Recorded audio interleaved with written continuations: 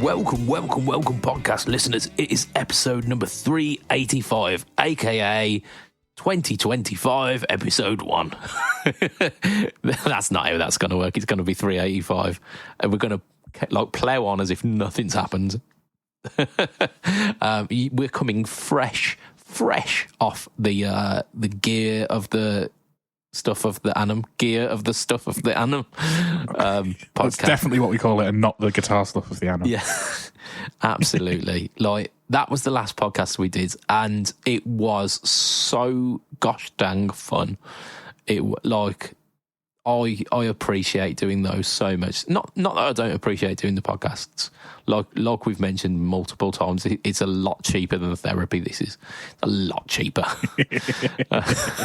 Absolutely. But yeah, so we're coming fresh off that. We've had our annual 1 week break, and you only deserve 1 week. Damn it! We'd get more than this in gainful employment. Ugh. Look, considering we work one night a week on this, I don't think we'd even get that. Yeah. But hey ho, the people who run the Fret Talk podcast are harsh employers. Yeah. They work us to the bone for that one night a week. They do. They really do. So it's episode number 385 of the Fret Talk podcast. You're, of course, joined by me, the shenanigan meister, the tangent tsar. I don't know. The tsar of tangents, Mr. BudgetPedalChap. You are also joined by Mr. Matt Gwine. Say hi, Matt. Hi, Matt. Like we forgot to on one of the guitar stuffs of the annum. We did it at the end. It was fine. It was, all was good with the world. And that was the one that we hadn't been drinking that much in. The second one where we were pretty fucking out of it. We were on it. We were doing everything. It was like we went on autopilot and we did everything. Yeah. But yeah, I think we just overthought the first one because we'd spent an hour trying to technically fix a few bits. Yeah. Much like today. Yes, yeah. Like we were hitting that sweet spot of it's almost like a comfort blanket, isn't it? That we log on and then we have an hour's worth of technical issues. We wouldn't know what to do. Back to the old days. Yeah, absolutely. But yeah, so it's the first one of 2025. So happy New Year to each and every one of you. It's another one of these. It's another fucking one. Now, I'm gonna be the first to say here, actually.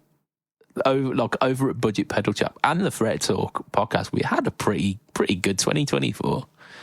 We've done pretty well.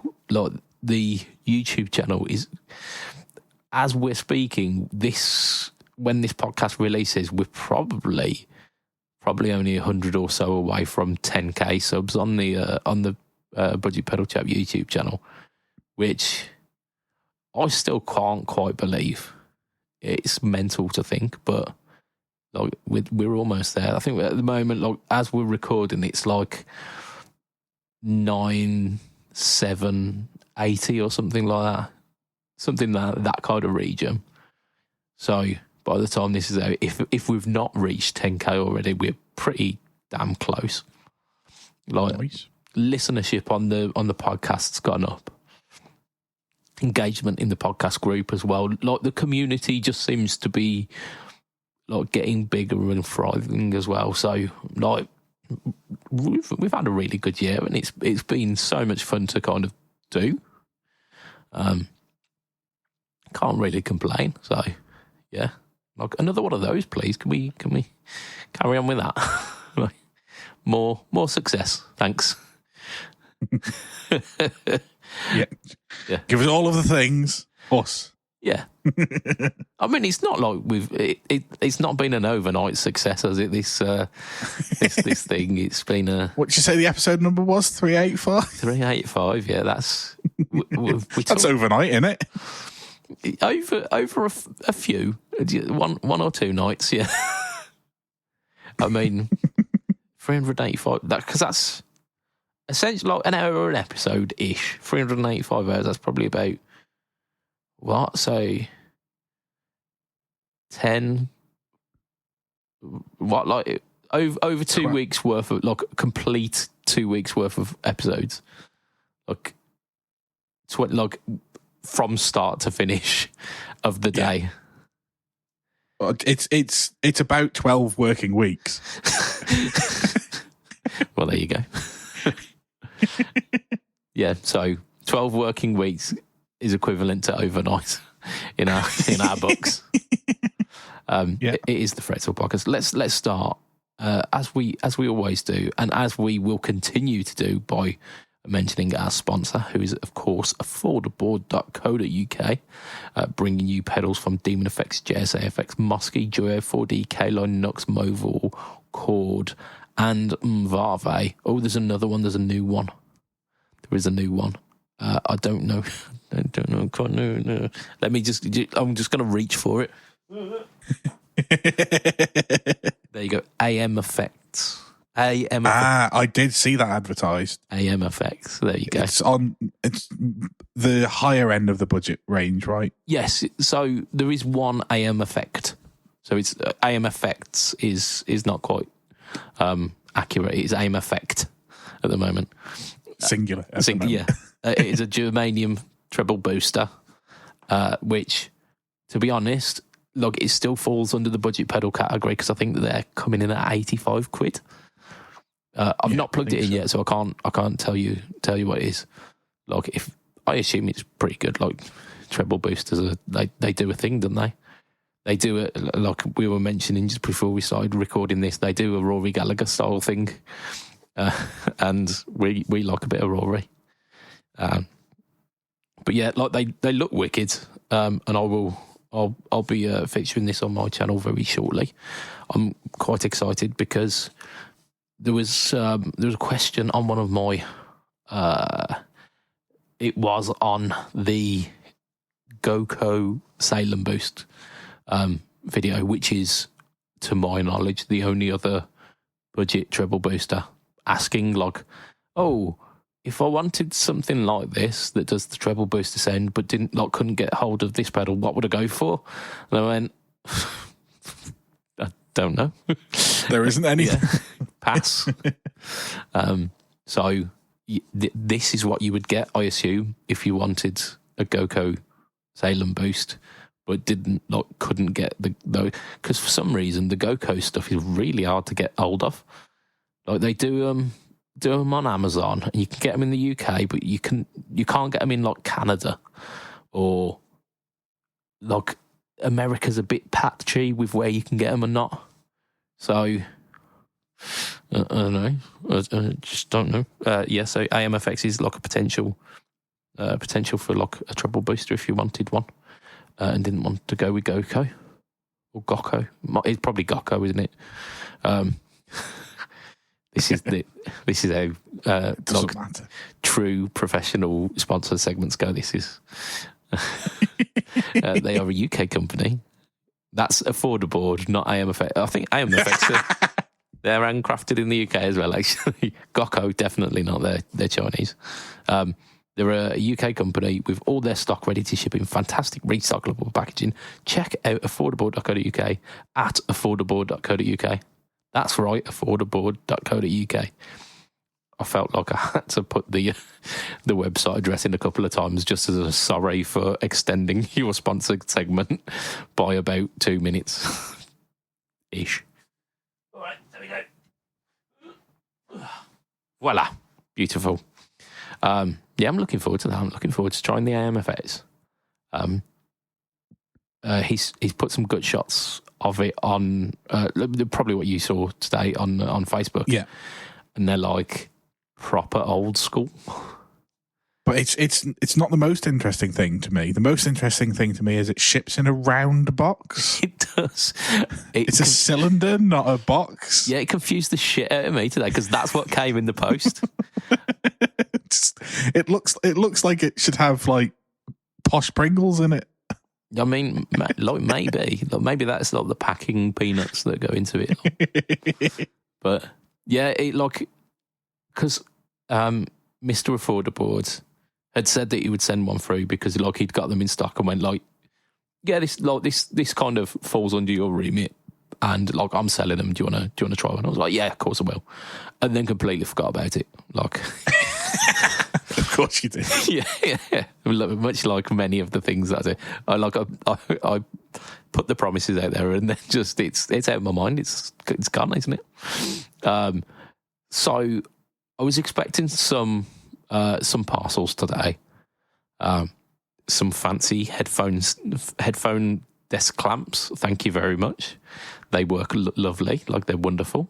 I might even show you some pictures if I run out of material for my Instagram. But I was expecting that. I was expecting some aftershave that I'd posted for. And then this weird cylinder turned up on my door. And I was like, that's definitely not the headphones. Maybe the aftershave is coming in a weird cylinder. And then I looked on the postage label and it said BudgetPedalChap, and I went, I didn't write that for my lovely aftershaves. No, that's not my. Did I accidentally buy it through YouTube? Yeah. Am I like pulling a like weird like scam, like a what do you call it, a tax evasion scam here? No, I don't think I was. So I got it out, and then I opened it and like immediately saw this kind of corrugated cardboard tube, and thought, I know what this is. But yeah, it was it really did confuse me. Right. It's the first one of the year. I feel we probably should stick to our usual kind of running order, where we usually do a bit of shit news. But we are definitely, because it's the first podcast of the year, we traditionally do the New Gear's resolutions, which is a segment built from the pun upwards. We got the name, and then we worked around that. Yeah. And yeah, so basically we usually kind of set aside some stipulations of what we want to do the year. Usually it's a case of, I'm not going to buy this or that, or I'm going to try and limit my spending, and then 2 weeks in and we've already bought 2 guitars and we've completely failed it. So like, we don't have self-control, but we try. We at least try at the start of the year. I think we've got some more solid plans this year, haven't we? We've got some more solid things. But absolutely, before that, we will stick to tradition and go for some shit news.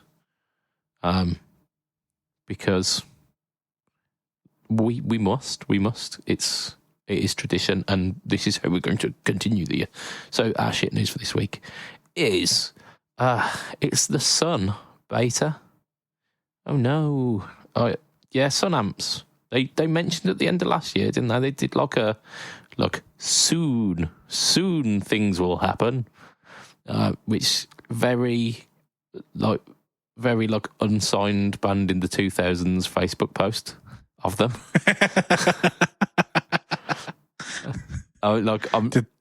Did they then post like a countdown of like 9 days to go as their profile picture, and then change it to 8 days to go, and then 7?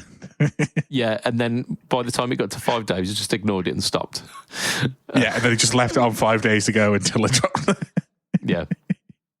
I'm putting my hands up here and say I've done shit like that in the past. I fully did that when I was a younger man. I did these like big things coming soon, for it to actually go nowhere. So we've all done it. Don't try and tell me you haven't, because we all have. But yes, the Sun Beta lead it's like a legendary amplifier. Mainly like Kurt Cobain, Red Fang, the Melvins. I thought it was like a really kind of doomery stoner, like fuzzboxy kind of amp. The one thing it does that fuzzy sound, doesn't it? Yeah, definitely. That's the thing that everybody remembers it for. Yeah, it sounds like smashed arseholes. Is my best description of it. They've got like an iconic look to them. They look like a kind of what I can describe as like 70s sci-fi. Like if you saw these, like the knobs and like the typeface on like a console on the Star Trek in the 70s, you go, ooh, spacey. So it's got that kind of look to it. They were like notoriously solid state amplifiers, which like fine. There are solid state amplifiers that have renowned, like the Jazz Chorus is one of those. Like very. Yeah. Do you mean it's the only one? Yeah, there's the Jazz Chorus. There's this one. Oh, I suppose there's this, yeah. Yeah, That you and can't the get Jazz anymore, Chorus. but- That little PV one that is the Queens of the Stone Age sound. Bandit? No, oh, right, okay. Wasn't that a practice amp that came out of like a guitar pack? Yeah. But it's still like a iconic solid state. Listen. I'm grasping at straws here. I didn't say they were plentiful. I said there were some. Yeah. But yeah.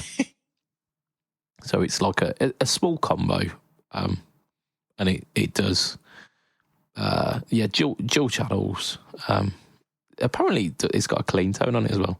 But it's got like the whole idea behind it is it's MOSFET clipping in the amp, or MOSFET gain maybe. Yeah, but I mean, the problem is back in the 70s, you couldn't get a MOSFET overdrive pedal to put in front of your amp. Yeah, but you can now, and they're not expensive. How dare you? How dare you? I mean, you're not wrong. But and I did scroll to the end of this article, and I know how much they want to charge for this solid state amp. yes. It is somewhat of a piss take, isn't it? In fact, you could get probably 2 MOSFET overdrives for the price they're charging for the fucking 3-button foot switch. Yeah. That surprised me. It did surprise me. So you've got like the AB channel selection, both channels, which is interesting. So A or B, and then AB, nice, and a reverb, cool, very cool. It's a pricey boy, isn't it? It's a pricey boy. It's a $14.99. I mean, that's in US dollars. However, it will probably be the same in US pounds as well. Where's it? It's a 112 solid state amp. It is. I mean, anything can sound stupid if you say it like that. You know, with stating the facts and saying it with logic and reason. Yes. Yeah. But designed and manufactured in the USA. Okay, so maybe that's where the money's going, isn't it? That it's manufactured in the USA. So you're saying we sell this to the same people who bought those guitars that we're going to talk about in the Patreon? Yes. Well, I don't know. Actually, I think USA.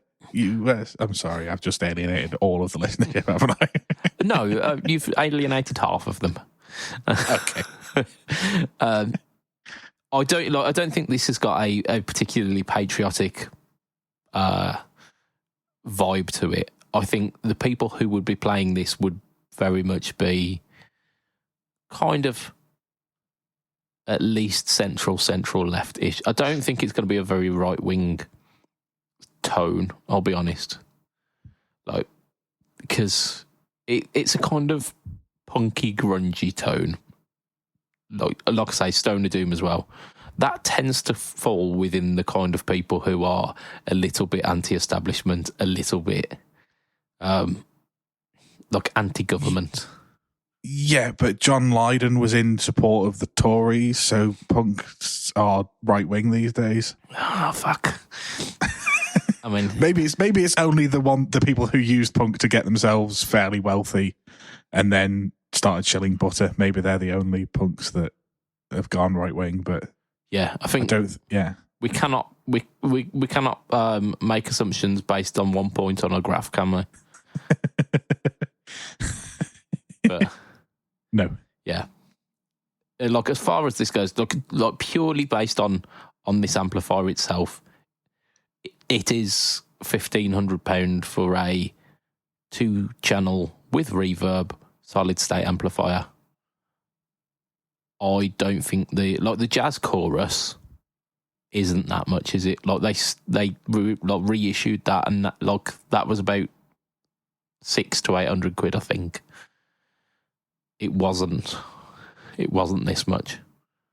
So, that's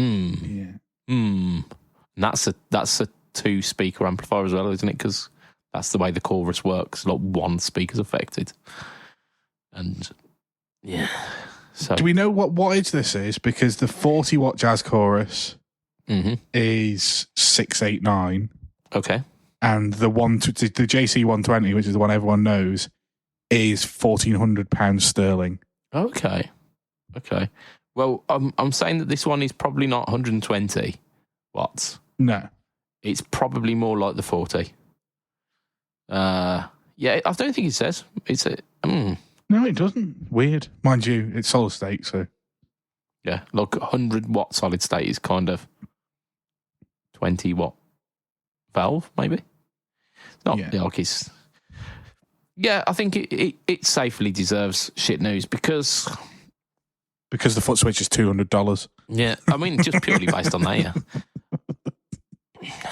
yeah, like you say, like back when this was a novel tone, you would like this was the only thing that did that, and you'd be like, okay, if I want that tone, I've got to use that amp. Now we've got pedals that emulate that. Like the Tate Effects Power Amp Driver did that. It sounded phenomenal. And it was a darn sight cheaper than £1,500. It was, I think they were about £150. So less than the foot switch for the reissue of the amp. He doesn't do them anymore, which is a shame. But I think you could probably still, like, you can still pick them up used, like one of the power amp drivers by Tate Effects for less than the foot switch for this. Yeah, shit news for this week. Let's talk about our new Gears resolutions. That's the words I'm after. Matt, you've got some proper new Gears resolutions this year, haven't you?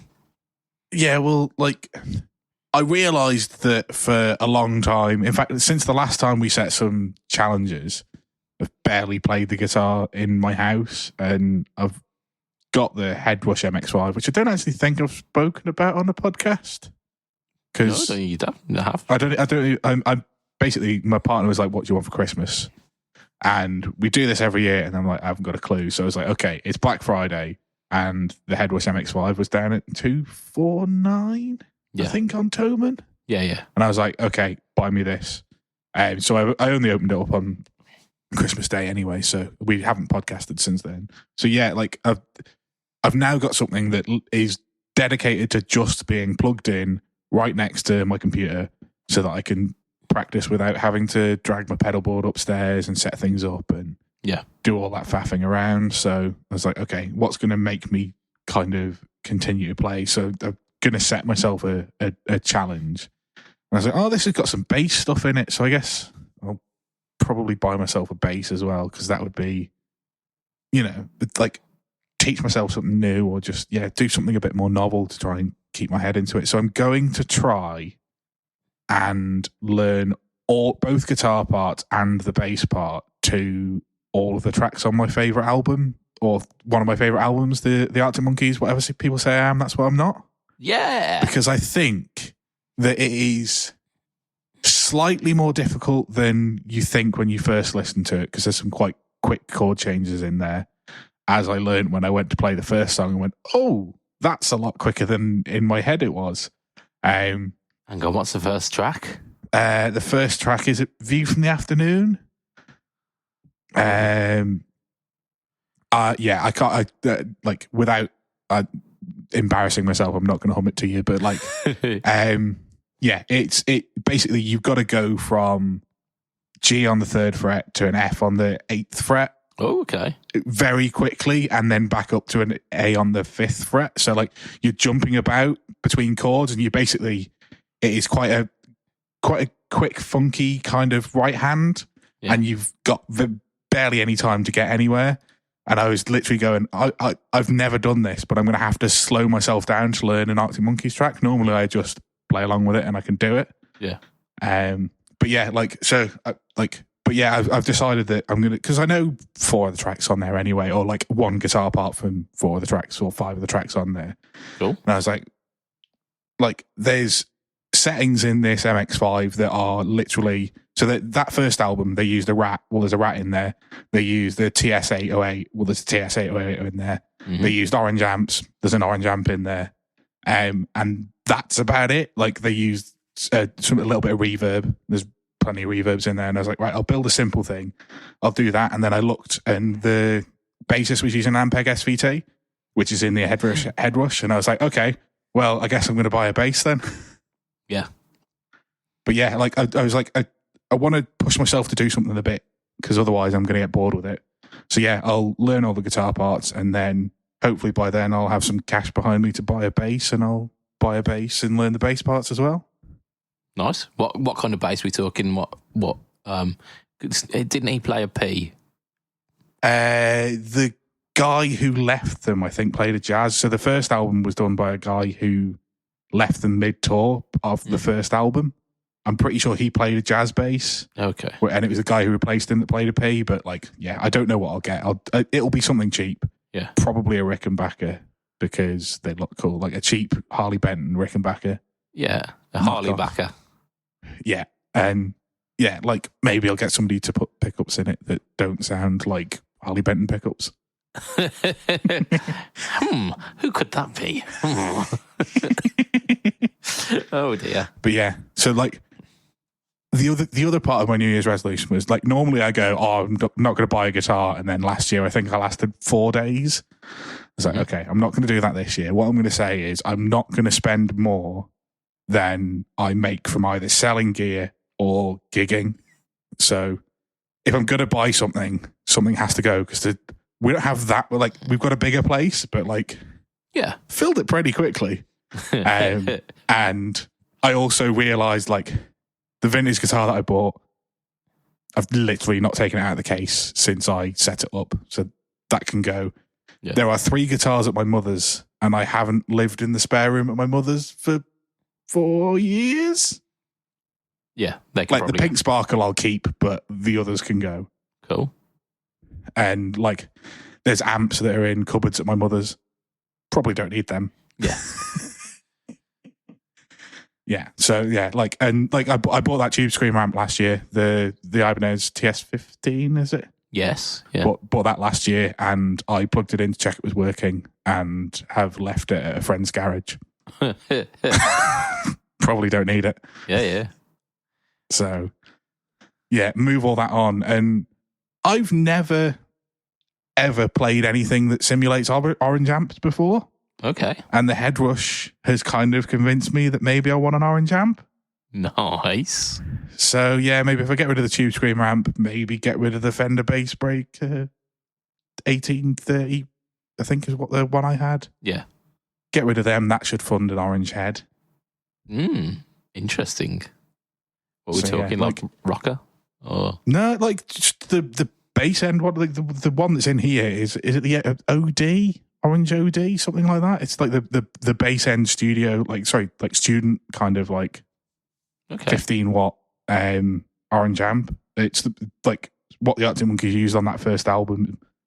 It's like you can get the heads for about £400 second hand. Oh, so like well achievable. You probably be talking, yeah, maybe like £600 for the 2 of the. Like the orange, the Tube Screamer and the Bass Breaker. Over here, probably not, because the market for amps is fairly low, because obviously everybody who wants to move something on, there's only so many guitarists over here. So it's a little bit of a flooded market for amps over here. So it's a bit more difficult to move them on, although I could, anytime I'm in the UK, bring them across and then flog them from somebody else's house, which might be the plan. Yeah. Interesting. But yeah, like, so it should be achievable, and then the rest of it will just be like I can use money from gigs and stuff to buy whatever pedals I decide I want to get. But yeah, I should I need to just stop impulse buying, because like I'm impulse buying Pokemon cards, I'm impulse buying Lego, I'm impulse buying pedals, and it's getting out of hand. Yeah, and like the start of a year it seems like the natural place to put a stop to that, doesn't it? Yeah. So yeah, absolutely. And the fact that, when you buy a house, your cost of living goes up. It does. Like they should do a study into that, like the correlation between buying a house and disposable income reducing. Yeah. So yeah, I just, like I say, I wanted a challenge to encourage me to play the guitar, so that's what I've come up with. And then I wanted something to help me organize what I'm going to do with my cash. So yeah, guitar, like sales of my own stuff plus guitar money is guitar money, and I can use that for guitar. Yeah, I often work in that way as well, where like if I sell a guitar, it becomes like it doesn't go into my actual funds, it becomes guitar money, and then it goes on other guitar things. Yeah. There is it's like a one-way system though, because money does come out of my bank account into the guitar money fund also. It never goes back, but it always comes in. That's quite a noble way of doing it. I'm on board with that. I think that's quite cool. Like setting yourself a challenge for like an album that has been so kind of influential and iconic, and then like going for that. Yeah, because there's some tricky tunes on that, and there's some really interesting kind of lines, like bass lines, guitar lines, really quite interesting stuff. Yeah, like the other thing about that first track is there's a bit where the two guitars are panned left and right. Yeah, and they play half the riff each. Yeah. So working out how I'm gonna try and play half of the riff after having played the whole riff without anything else bouncing off. Yeah. I think that's probably going to be more difficult than actually playing it with another guitarist, but yeah. So are you going to try and like record any of it, or are you just going to... I haven't got the skills to record any of it. I just want to, I want to be able to say, okay, both guitar parts I can do with both whatever their settings are, like try and get sounds broadly similar, which will help me get using the head rush properly and tweaking EQs and, putting drive pedals on and off and just doing that kind of thing. And then, moving on to attempting to learn how to play the bass, because I'm sure it's not just a big guitar with less strings, but that's how I've always seen it. Yeah, you got to approach it in a different way. I mean, not necessarily with a thicker pick. Yeah, look, if you're learning like the bass parts for the Arctic Monkey, you've got to learn it in a very specific way. So you'll be learning that guy's way of doing bass. Yeah. Which, with that first album, is plectrum, which is good for me because I cannot use my fingers to play the guitar. That's an additional skill, that isn't it? Yeah, and like if I'm going to do that, like I wouldn't start with the Arctic Monkey stuff, because some of those bass lines are basically guitar riffs, aren't they? Like yeah, absolutely. Yeah, you they're deceptively tricky, aren't they? They appear simple, or they appear kind of almost kind of punk in their aesthetic, but actually listening with a musical ear onto it, it's quite intricate, some of it. I'm not saying it's like Malmsteen levels of intricacy, but it's yeah, no, not at all. But like it's like I say, it's more complicated than you think, and there's a bit more skill than you think that needed to go into it. Like I set myself the challenge and was like, okay, let's try this, and went, oh, actually that's a bit more difficult than I thought it was going to be, but good. Yeah. And like the byproduct of it as well being that you're going to learn how to use the not only using the MX5 better, but also kind of dialing in like settings as a whole kind of becomes more fluent then as well. Which that's it. Like I say, I was saying to you, the MX5 is so easy to just add pedals in, like change amps, make a stereo rig. Like it's all very, very simple. But the difficulty is not that, it's setting it so that they sound like actual amps. As like some of the default patches are a bit, oh, that sounds like an imitation of a thing, as opposed to that sounds like a thing. Yeah. The way that I find with quite a lot of modelers is that like the presets sound like you're listening to an amp that's like mic'd up in another room. It sounds fine, and it responds the way that an amp would, but it sounds like the sound's kind of detached from you. Yeah. And it's almost like you're listening back through like a console like mix. And like you recorded in a studio, which is like, it's a strange way of doing things, and it's a bit of a weird tone. And it'd probably sound fine if you were running that specific tone into like an FR speaker at a pub or club. It'd probably work fine because it'd sit really nice in a mix, and it'd have just enough of everything that you needed, not like oversaturated with reverb or whatever. But when you're playing back, you don't quite get the feel. Yeah. Yeah, and also, like, all of the effects are all of the effect, not a subtle use of the... Like, it's not a nice use of a chorus pedal, it is the chorus, all the chorus. Yeah, like the 80s approach to chorus. Yeah, yeah. And, like, that's fine for the patch that's for, like, things like Purple Rain is very 80s, and the two Purple... It's got a Purple Rain, or what do they call it? Purple something else. Purple Storm, maybe. And it's got Purple Storm, rhythm and Purple Storm lead. Yeah. And it works really well for that. But when it's trying to do, like, Crossroads, and it's trying to do, like, you know, Hendrix stuff, and it's trying to do, like, other... like, not all music was... Let's turn all of the knobs to 10 and see what happens. Yeah. Yeah, there is room for subtlety. Yeah. I'll get on board with that. Get bored with that. I will talk about my New Gear's resolutions after we do a bit of shit news, because, no, we've done shit news. I was just reading. Other news. I did a Ron Burgundy there. Good night, San Diego. Shit.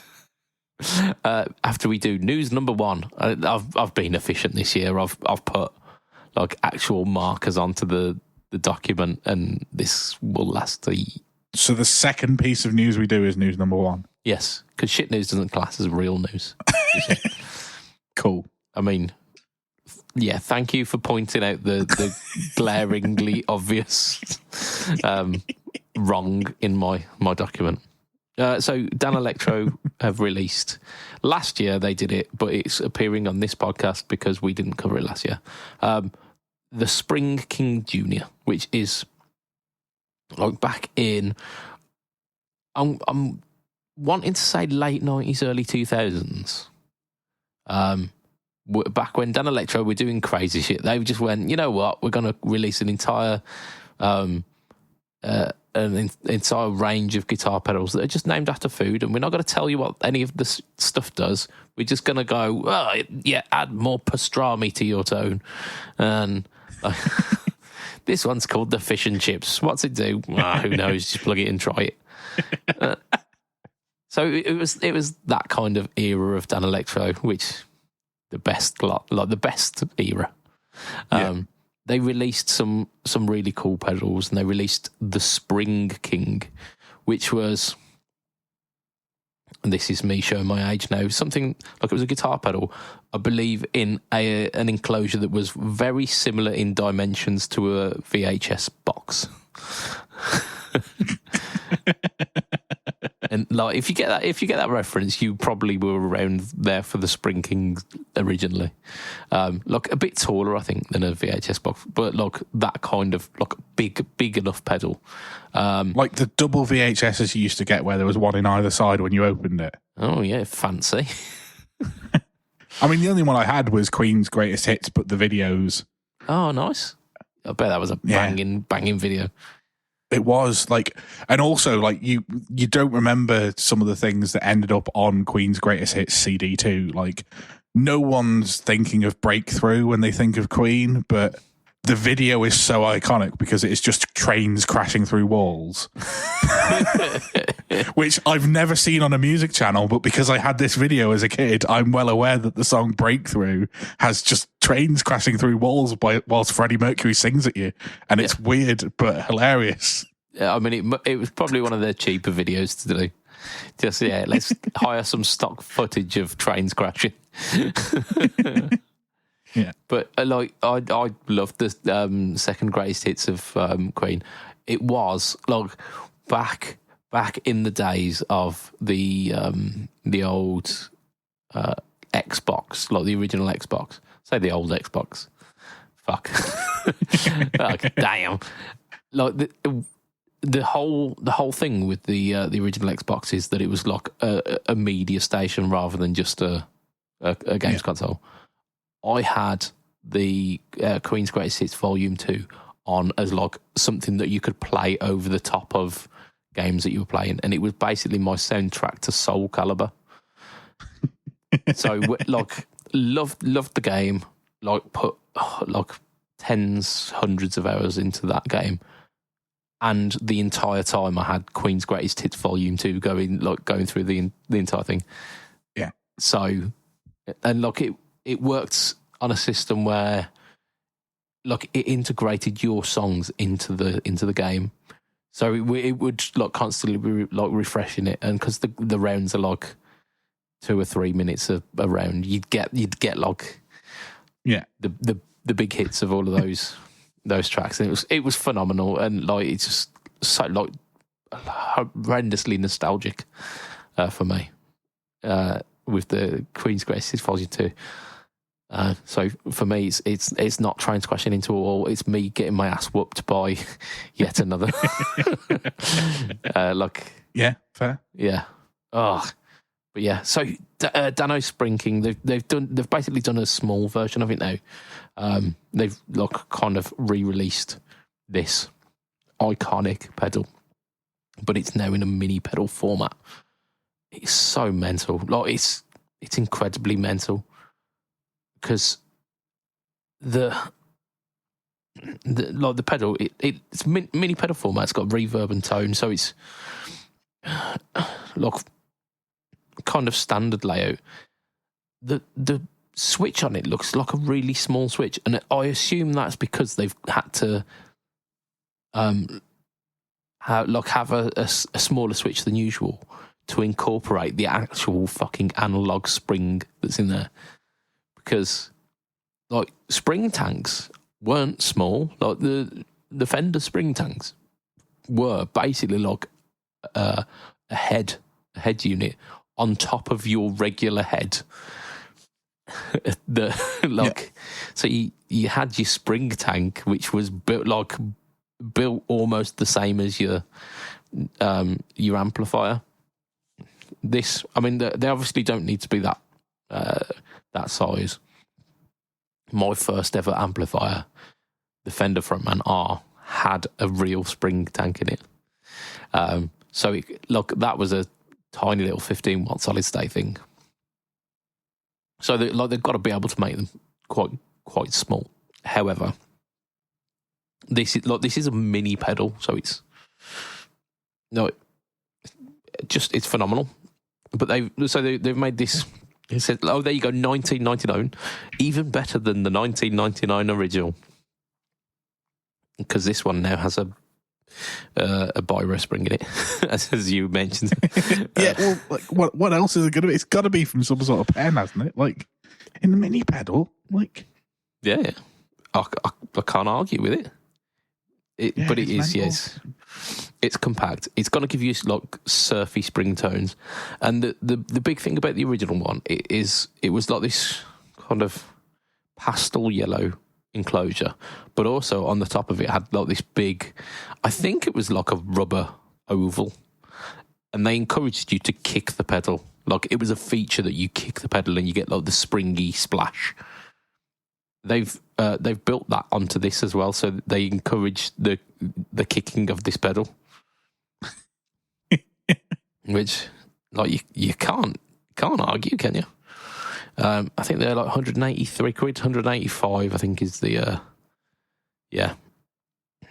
It says 183 on the article. It's actually 185. Thank you very much for a real spring reverb. Like, can you argue with it? Maybe. No, it's just weird. Was it Anasound that did the like giant spring tanks for your pedal board? It was, yeah. So they did like their one was a pedal, and then it fed into a spring that you like mounted on the bottom of your pedal board. Yeah, made sense. Yeah, but like they were like the type of springs that I mean, maybe not because they did 3 sizes, didn't they? And the big one was like what I expected to see hung below your amp in a 212 amp. Yeah, as a spring tank. Lateral. But like, yeah, how do you get that? Like, do you keep the same number of winds and just make it a thinner wire and then stick it in a mini pet? Like, I want to buy one of these just to open it and have a look. Yeah. I'd probably break it. But I don't know how to answer that one. I imagine. Do you know those plastic microphones that you had as a kid? Had a little spring like wiggling out the bottom. Yeah. And they made a lovely sound when you hit your sibling with it. Yeah, I imagine it's similar technology to this. Yeah. It's pink with a yellow end on it. Yeah, absolutely. I imagine they've bought up a big stock of those, salvaged the springs, and then the Spring King Jr. was born. Cool. Like, just as a disclaimer, like, just we don't want any lawyers getting involved. Don't beat your siblings. Yeah, we don't actually think this is what's happened. But also, don't beat people up with plastic microphones. Oh, we're not your mom. Do what you want. Oh shit. Yeah. So that's basically it's happened. They're probably gonna be out for a year and then get discontinued again. But it'll be a good run. Well, I'll talk about my. Because I've been a busy boy. Busy boy. I'll talk about my New Gear's resolutions as well. I received 2 Behringer pedals before kind of wrap up last year, and there was the Fuzzbender and there was the Centaur by Behringer. Like, by the time we were doing the Gear of the Year, the guitar stuff of the album, I'd already recorded the Fuzzbender one, and I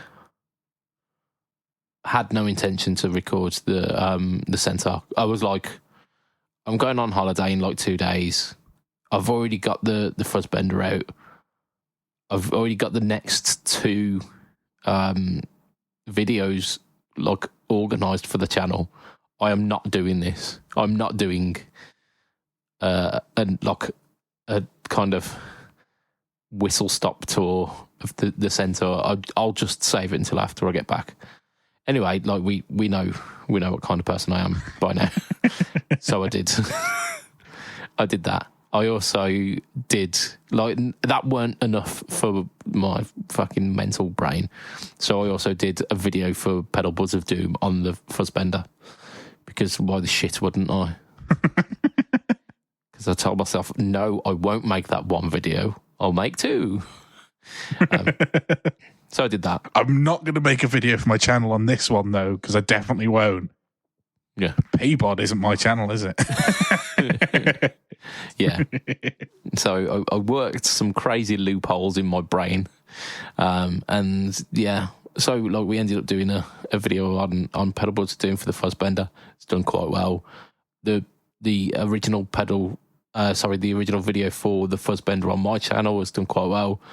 The one that I kind of released last minute, it was like Christmas Eve, I think it released, for the Centaur video, hit some kind of weird, like niche, like incredible, like it just hit like a really warm current of views, and has basically hit 20,000 views within the space of about a week and a half, which for my channel is not the usual.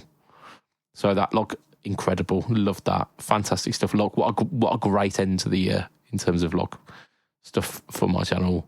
Like, I was right to kind of put that video out. I've done a video for the GoCo Pazuzu, which I didn't know what a Pazuzu was, and I did a bit of Google research. It was like a folklore kind of wizard thing. That was quite interesting. The pedal itself, really, like, I'm almost a little bit disappointed the fact that I had to release this after the massive Centaur vid, because it's a really cool pedal. And it clearly is going to get eclipsed by all of the Behringer stuff. So, like, I'm really sorry, GoCo.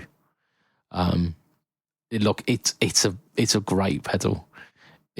It's got like, I think it was like 7 different modes of like mid-range characteristic to it. So it's got like a 7 dial selector thing for like a mid-range characteristic. So it kind of shifts around where like the mid-hump is. You've got a gain, a volume, a tone, kind of all of the standard stuff. And then you've got gate, which I would have thought for like, because it's almost like OCD kind of like drive. You would have thought a gate, not necessarily all that necessary. You wouldn't need it, but like a nice addition. And I would have thought it would be a really, really simple kind of threshold thing where anything below a certain threshold just gets cut. And you get like a really kind of sputtery gate that, like, as soon as your guitar signal dies off, you get, and then you get that like, yeah, kind of. Yeah, you either get like full cut off or you get off. Yeah. Which, like, that's the reason why I don't tend to use gates, because that pisses me off more than the noise.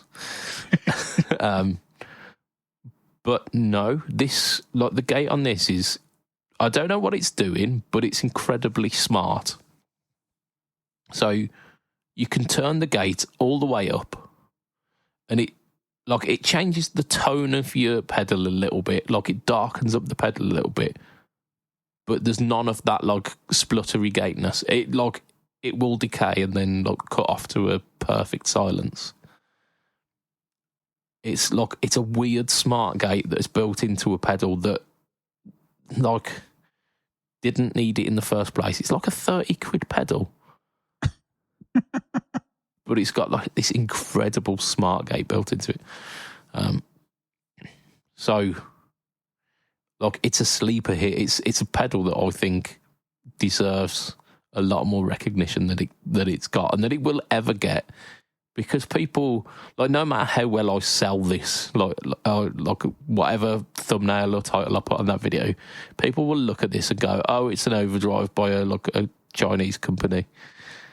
And that will be it. That will be the thought process. Yeah, it's like, it's not something that I want to care about. But actually, I think it would satisfy a lot of people's needs for an overdrive / kind of light distortion. So, yeah. And then, of course, this week I've managed to put out a video about the TC Plethora X1, which I managed to play Plug-in Baby without the YouTube sensors getting wind of it. That's pretty good going, to be fair, these days. Yeah. The way the YouTube sensors are. Yeah, I did it kind of very, very kind of floaty and rubato feeling. So like pulling and pushing the tempo with it. Yeah. And didn't play like the full riff. But yeah, I managed to get away with that. And like I did some kind of floaty stuff, and like because I played the Univibe because I love Univibes, and I've always wanted to buy the Viscous Vibe and never have. So you have now.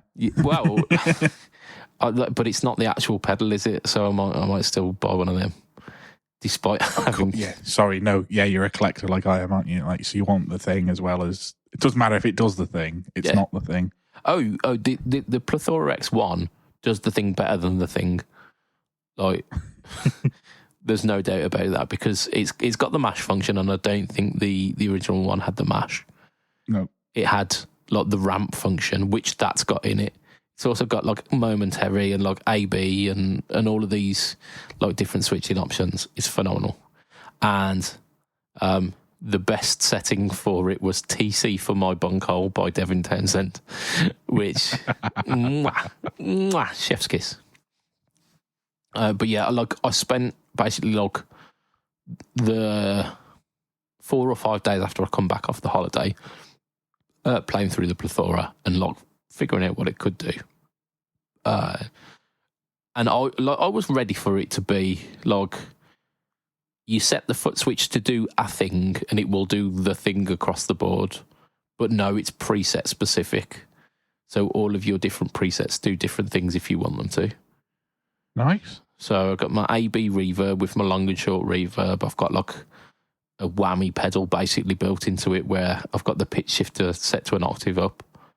And it's got like the mash function on it as well. So it ramps up as you wee. Yeah. So there's that. Just FYI, the mash function is a lot less worrying than I first anticipated. Because I remember trying it on the X3 and got worried about it. But if you hook it up to the computer, you can set the ramp of the mash anyway.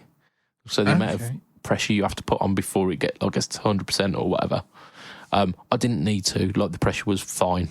I was just being a wimp with it before. Maybe I was just using my thumb or something. I can't remember.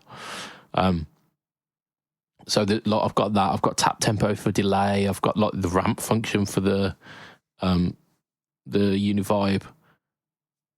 It does everything. It does everything. It's 120 quid and it does everything.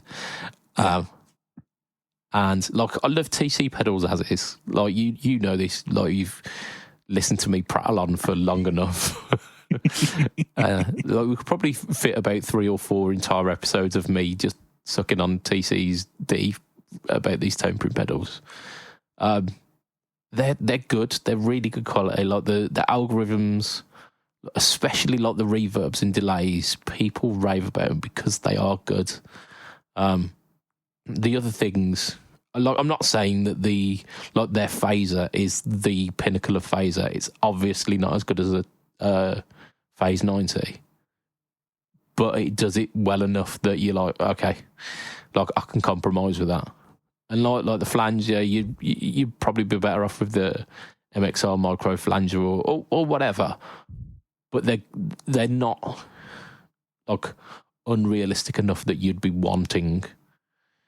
And like the versatility and the convenience of a lot of that pedal makes it so you don't give too much of a shit. Yeah. Like, if you wanted a phaser and a flanger and a Univibe and a chorus on your pedal board 5 years ago, you would have had to have a phaser and a flanger and a chorus and a Univibe or whatever. You would have had to have those 4 pedals. And, like, that's four different slots on your power supply. That's 4 different pairs of cables that you need to find, and that's a board that's now an extra like meter the one way. Yeah. And now, like, because the way I see it, like, I'm in a band where I would use a chorus for 2 songs and that'd be it. Or I might want a phaser, but it'll only ever be for that one time that we play live in the fast lane. Or like I'll maybe do like a couple of Hendrix inspired tracks where I'll uni-vibe it up. But I don't want to dedicate the best part of 200 quid to getting a really good uni-vibe sound. I don't want to dedicate 3 pedal slots to covering these like 3 songs or whatever.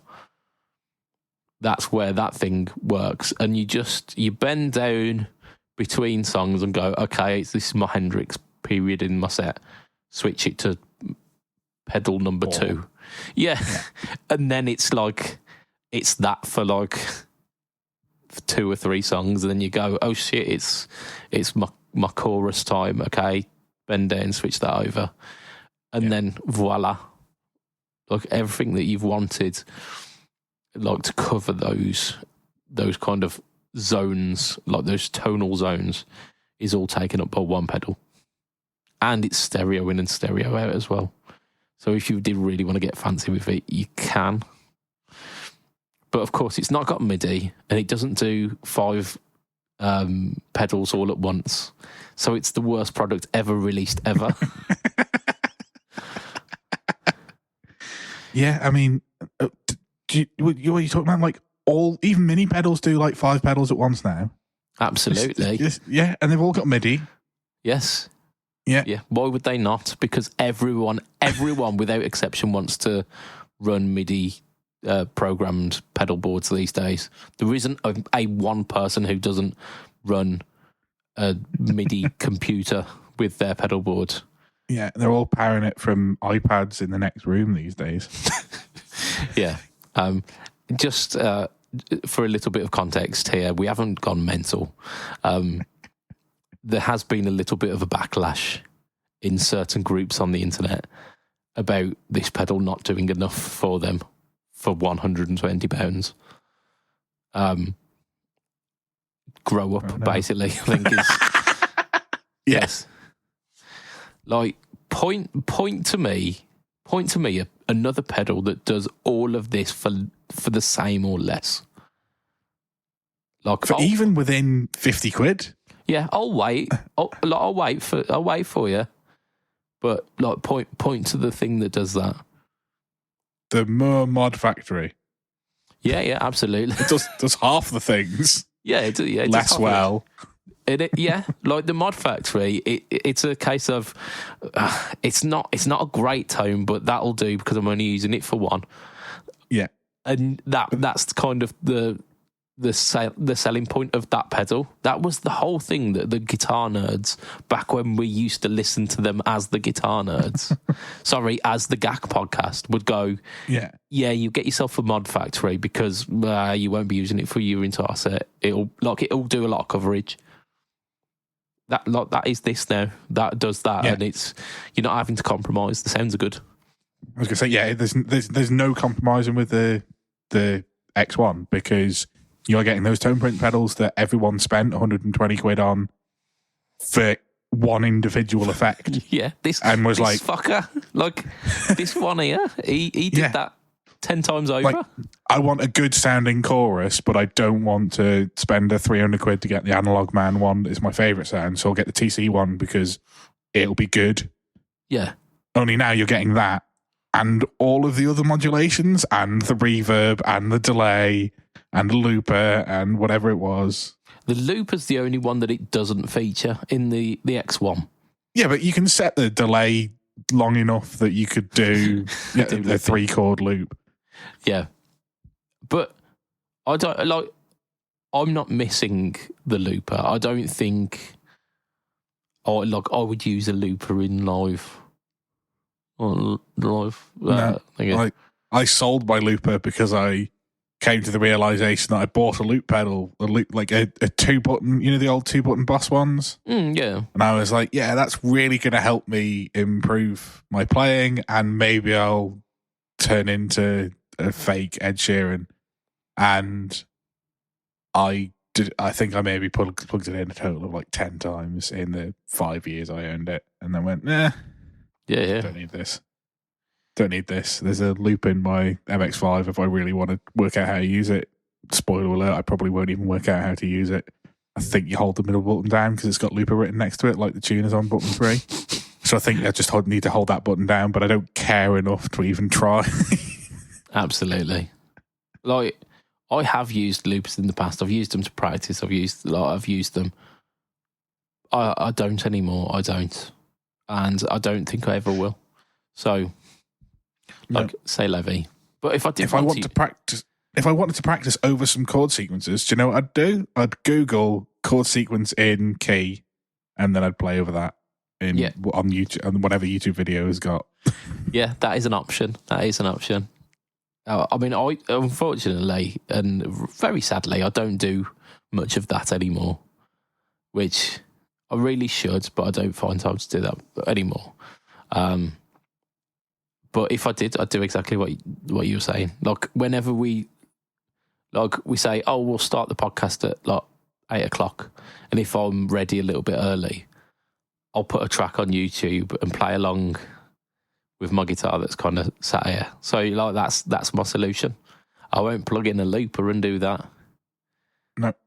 So hey. But like, if you did want a looper, the X3 exists. If you did need MIDI, the X3 exists.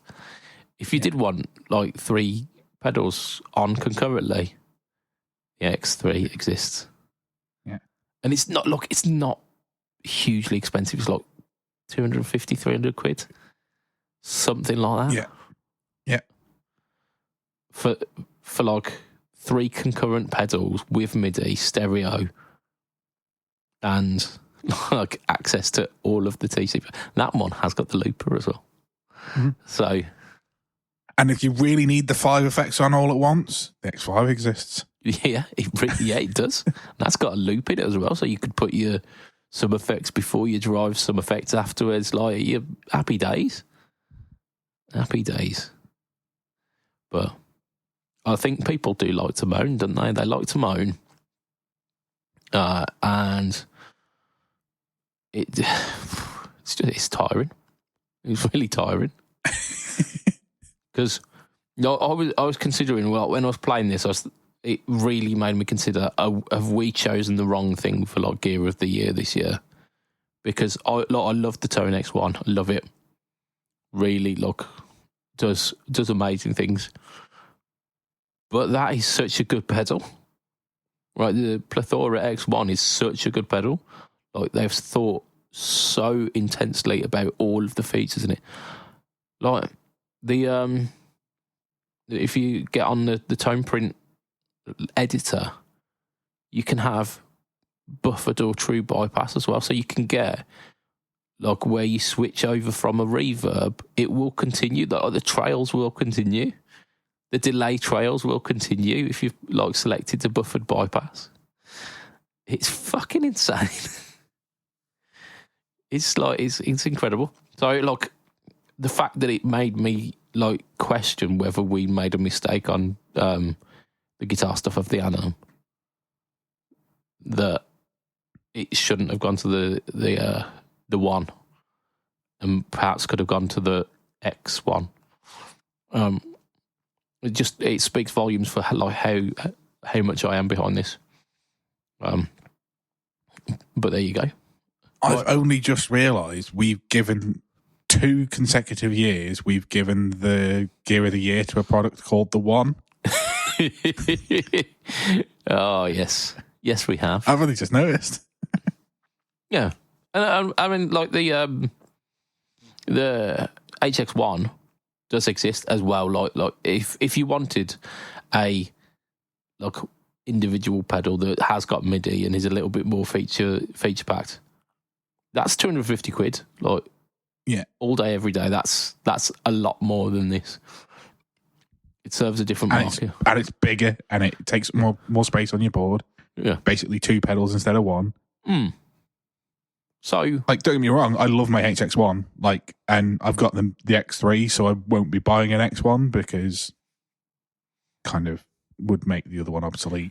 Yeah, it's redundant, isn't it? Yeah. But like you can fully appreciate the usage of it and how it does cover different grounds to the HX1. Yeah. Because the HX1's also got drive pedals built into it, which the Tone Print, the Plethora X1 doesn't.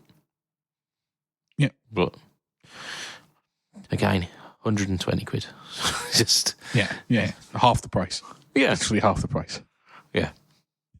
So I'm going to round us up with my New Year's resolutions because we're over an hour now.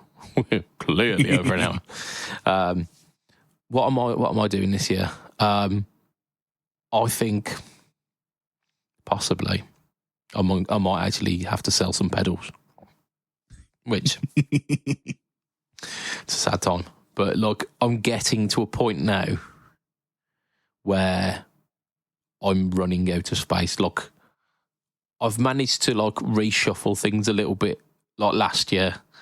So I ran out of space and then went, okay, I can Tetris this shit a little bit. I can finesse the system a little bit to get a bit more space out of this, or maybe that box can go into storage and then these pedals will be taking up less space. All of that's happened now. All of that has happened. So I'm now kind of reaching the limits of, oh shit, I actually have nowhere to go. Unless I start lining the floor with pedals, which is how cavemen live, I will run out of space. So I seriously need to start moving some stuff on. I've got some stuff that I can already mentally. I've kind of put some stuff up on the chopping block. Some of the stuff that hasn't done particularly well for the channel, the iSet stuff. Fine quality stuff, really worth what they're asking for, 20, 30 quid for a driver, I don't know, a couple of modulation pedals. They're all very similar, nudge, nudge, wink, wink, to other brands' versions of those specific things, like flangers and Trelicopters and tremolos, and I think we're on the same page here. But so I can get rid of some of those because I think I might already have a few duplicates anyway, and the iSet stuff, maybe some of the GoCo stuff as well, and even some of the Joyo stuff hasn't quite got the draw that some of the core stuff, the Joyo Vintage Overdrive, which is their TS9, is a cheap pedal, probably a really similar price to something like a GoCo or an iSet, but it is one of those staple. This is the bare minimum. It's a good Tube Screamer copy and it's a really cheap Tube Screamer copy. So I'd be keeping stuff like that because that's the kind of the iconic stuff that you'll need to use as a reference point, at certain points. If I'm testing something that's supposed to sound like a Tube Screamer, I'm going to put it up against the Joyo, because if it doesn't do as good a job as that, then it's obviously not doing something right. It needs to at least match the Joyo or get better. So there's certain things that will stay as a staple, but I might have to move some stuff on. This year. It comes with the quandary. It comes with the eternal quandary of trying to sell stuff on the internet, and people who buy stuff on the internet are sometimes arseholes. People who buy stuff on the internet. Not always. I've bought stuff off on the internet, and I try to be a nice customer. So, if someone is selling something on the internet, I will go, I will happily pay that price. Is this including postage, or do you need me to put some more on? Cool.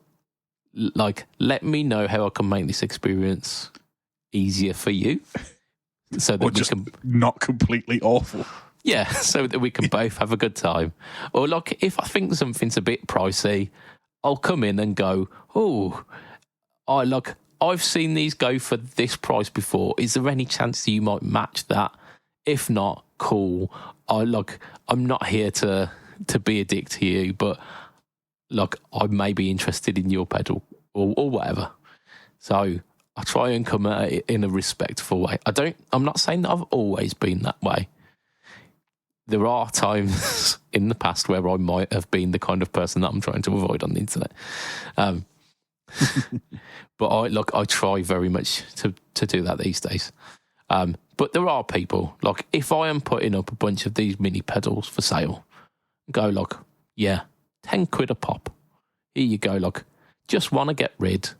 Here they are, £10 per pedal.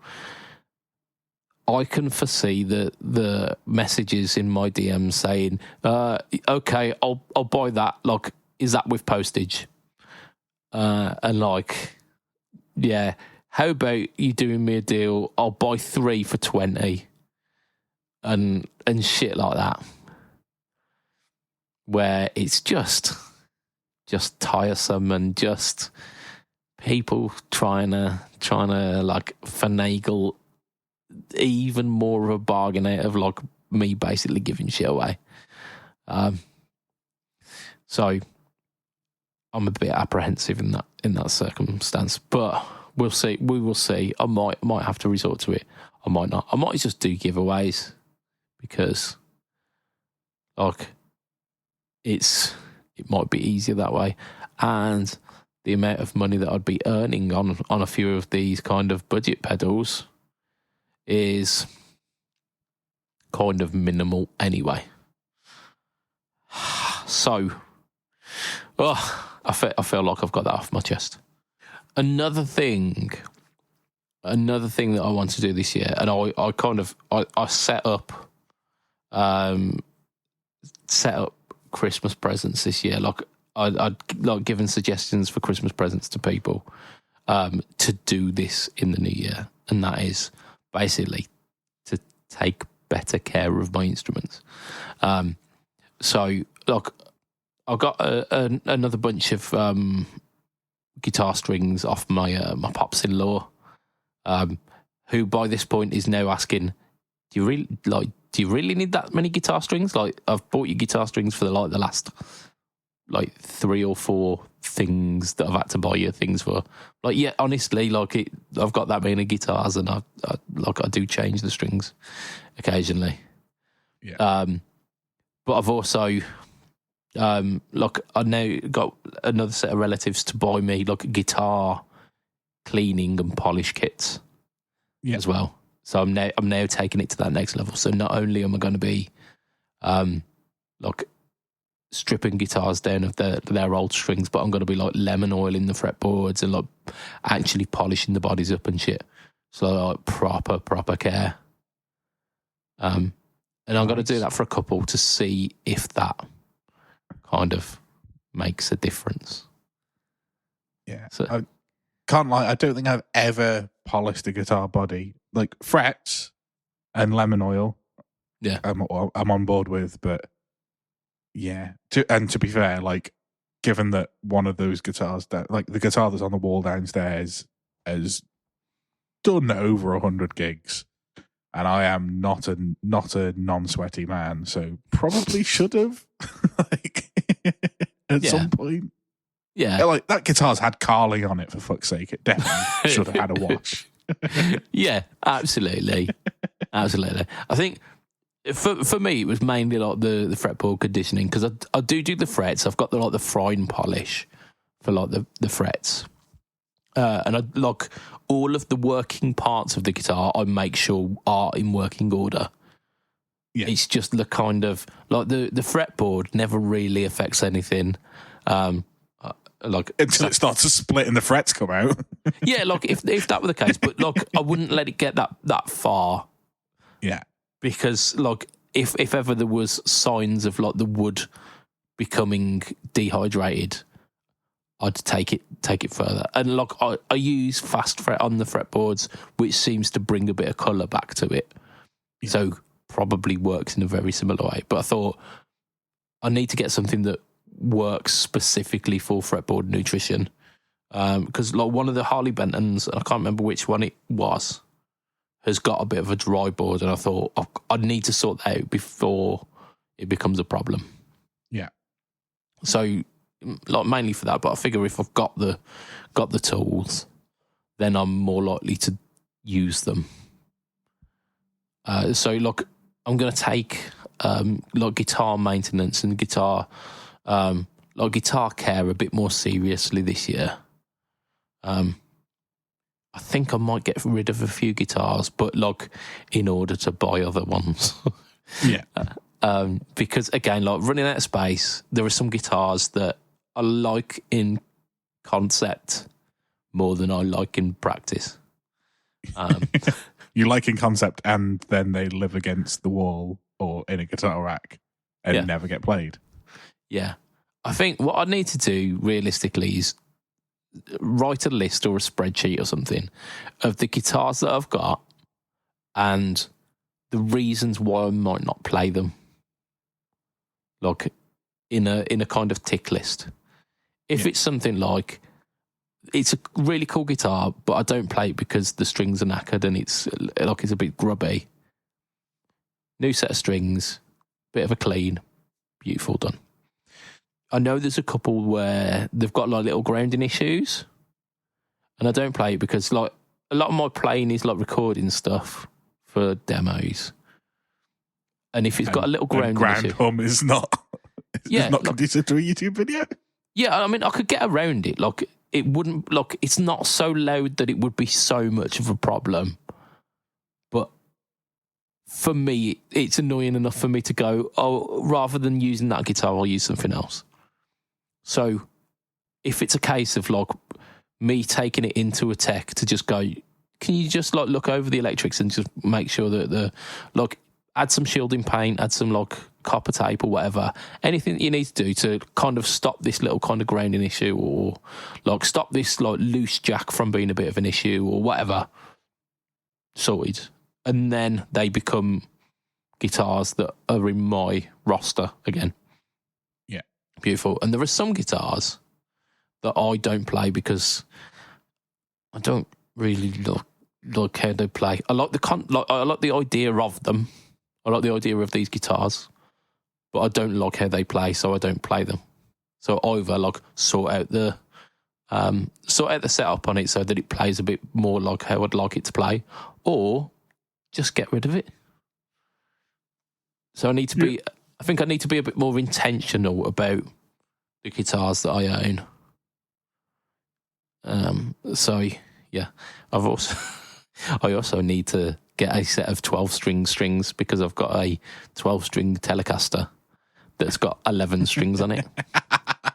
I've got an acoustic 12-string with 11 strings on it. Yep. Oh, don't get me wrong. I've used that guitar in videos with 11 strings on it, so it hasn't stopped me. But I should sort it out. And I think probably that is a lovely place to end us for this week. Listener, what I want you to do for me, for the group as well, actually, is share your New Gear's resolutions.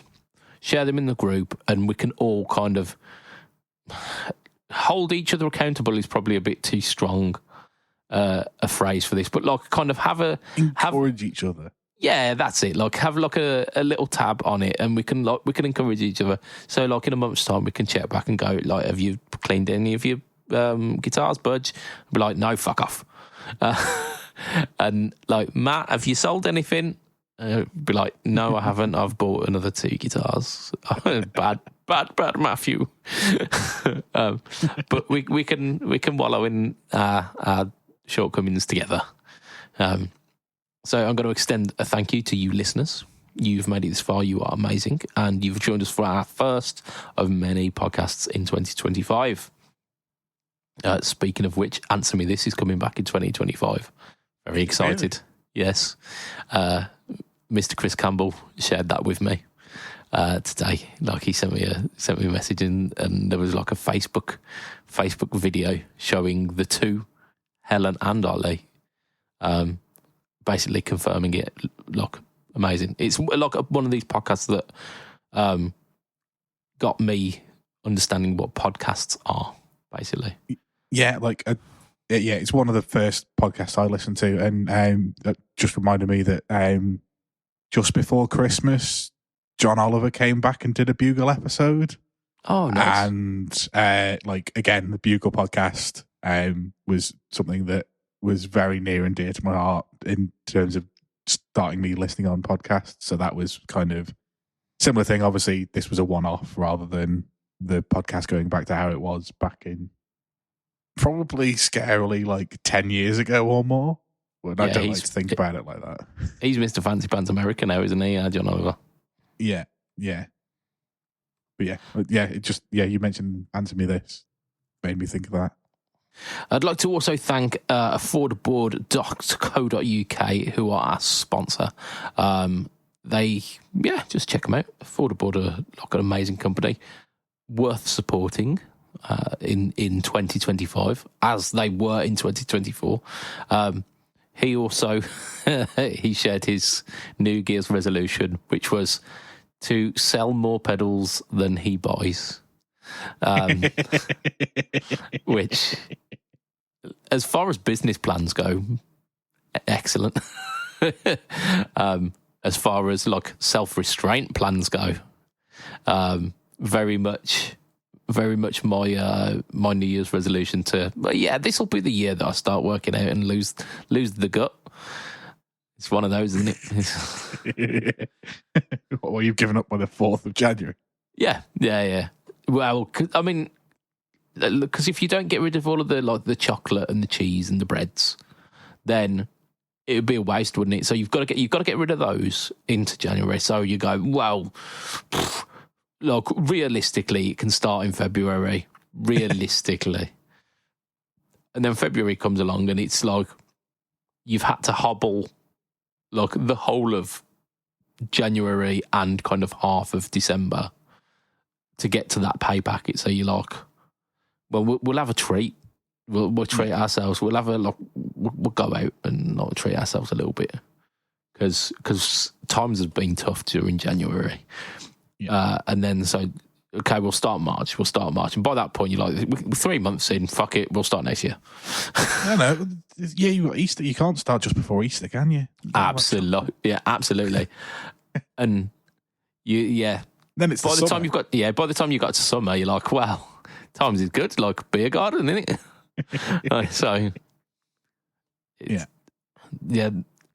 They've not invented months yet. They've not invented months that are good for just like self-restraint, have they?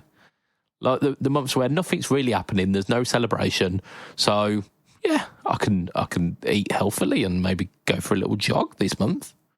Yeah, that's October, and no one likes October. Am I doing exercise in October? Am I I'm eating soup, bread and soup. I want something to warm me. I don't want to come home and go, oh yes, look at this refreshing salad. Like I want things that will warm me to the core. So lots of stews and like big carby meals. But yeah, Affordboard. I'm sure you will. I'm sure you'll manage to sell more than you buy this year. I will try to encourage you less, maybe. It probably ain't gonna happen, but like the intention, the good intention is there. I'm going to extend a thank you to our Patreon backers they're lovely people. They're fantastic. They much the same as they were in 2024, I believe. We've got the following people. We've got Mr. Adam Yeomans of Chef Tone Effects. We've got the Free Boys of Dick. We've got Huge Erection. We've got Mike Cox Long. And we've got Gary Golden Cock. We have got Mr. Ben Fletcher of Fletcher Pickups.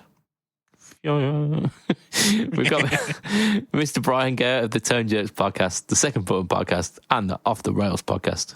We've got Mr. Diabetes Foot, and we've got Mr. Jason Wharton of Jason Wharton 82 and of Pedalboards of Doom at YouTube.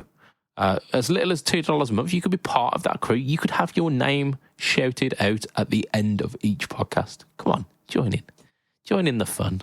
2025 is your year to join the Patreon crew, and you get additional content. There's some of the stuff that we dare not say behind a paywall, outside of a paywall. We definitely we say some shit, don't we? We say some shit. But that's it for this week. You wanna catch me online? You go Facebook, Instagram, YouTube, and Threads. All of those / or at BudgetPedalChap, and of course, YouTube is the home to the No Talk or Tone series, which last week will have featured the TC Spark Boost, the big chunky Spark Boost, and that wraps up my final tone print enclosure drive pedal TC collection. So I finally got them all, and that includes the Paul Gilbert one as well. So yeah, it's the end of an era with that one. And then I've got the Plethora X one, which is basically all of the other pedals as well. So completed it, mate. Completed it. Matt, where can we find you online? I am at heel_MattQ on Twitter. No, I'm not on Twitter. I've deleted Twitter. No, not on X. No, I'm Blue not. Sky. I'm not even. Yeah, Blue Sky, Threads, and Instagram. Yeah. Got there in the end. Take that. Start Elon. the year as you mean to go on. Yeah, confused. Where am I? Why have What's I eaten that so over much there? cheese? Yeah. Are those my feet? Oh dear. So yes, from myself, Mr. Budget Pedal Chap, from Mr. Matt Quine. Say bye, Matt. Bye, Matt. Bye. It will be a tatty bye and good night for this week. All right, Bye.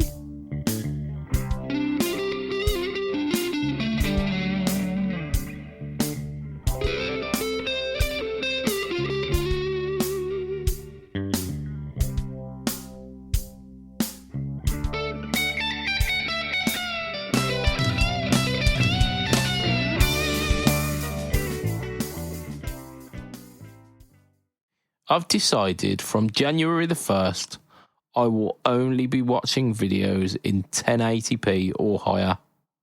It's my New Year's resolution. Whee!